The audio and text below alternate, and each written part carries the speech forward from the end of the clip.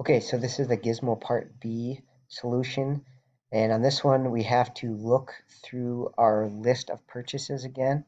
So that is going to be this array list. So we're going to loop through it again.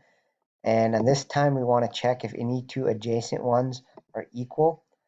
And it doesn't say what makes equal purchases, right? I don't think it says that in the question. And it doesn't really matter because that's the whole point of a dot equals method, right? So we're going to take a given gizmo, maybe at position I, and then check it against the next one, I plus 1, and see if they're equal. So we're going to call that gizmo1 dot equals gizmo2, right? And if they are equal, which is determined by this equals method, then you're going to return, let's see, I can't remember if it's return true or false.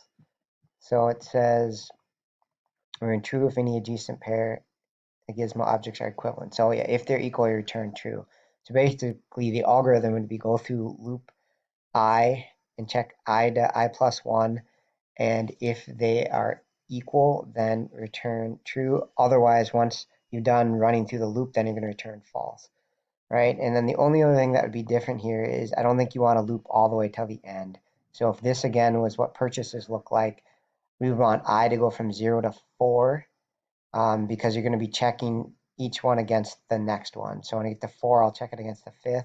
When I get to the fifth one, I don't want to check it against any one out here because that would give me an array index out of bounds exception. Okay, and so again, if it is all equal, they're two equal, then you can just return true, and false once the loop is done running. Okay, so it's literally actually going to be the same loop from part A. So I'm just going to copy this down here. I'm going to cheat. And the only difference being here, again, I'm looping through. This is so common that you loop through them all. And I can even get the ith gizmo here. You're going to have to do this again. This is so common. All right. And then the only thing that is different is I don't want to go all the way to the end, as we were talking about before. Otherwise, we'll go out of bounds. So I want to one less than the size. All right. And I'm actually going to call them gizmo 1 and then gizmo 2. So I'm going to get the next. Maybe you could also call them current and next, I guess. But however you want to do it. So I'm going to copy this, right? And then gizmo 2 is going to be the next one. So I'm going to just do I plus 1, right? And again, I won't go over the end because of this minus 1 here. And then I just want to check if they are equal, the two adjacent ones. So this one and the next one. Okay, so I'm going to say if gizmo1 dot equals, just like you would with strings or whatever, gizmo2. Right? Again, that equals method is defined in the gizmo class, right? There's a dot equals method in that determines if they're equal. If they are equal, I want to return true because we found an adjacent pair that are equal. Okay, and then I don't return false. I don't want to do an else return false because that would check just the first pair of gizmos, right? We don't know that there's no matching pair until we've looped through and checked all the pairs, right? And that doesn't happen until after the for loop ends.